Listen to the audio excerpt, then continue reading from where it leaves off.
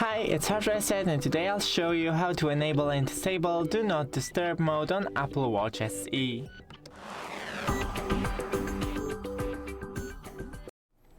So first, go into the Apps menu and Settings.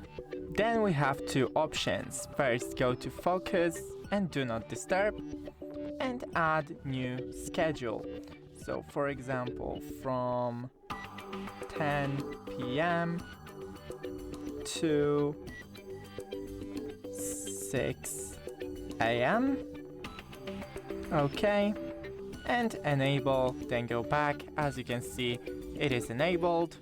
Now we can click on it and disable it right here or just delete it. And the second option is to go back and find the sounds and haptics and enable or disable the silent mode. That's it. Don't forget to leave a like and see you in the next one.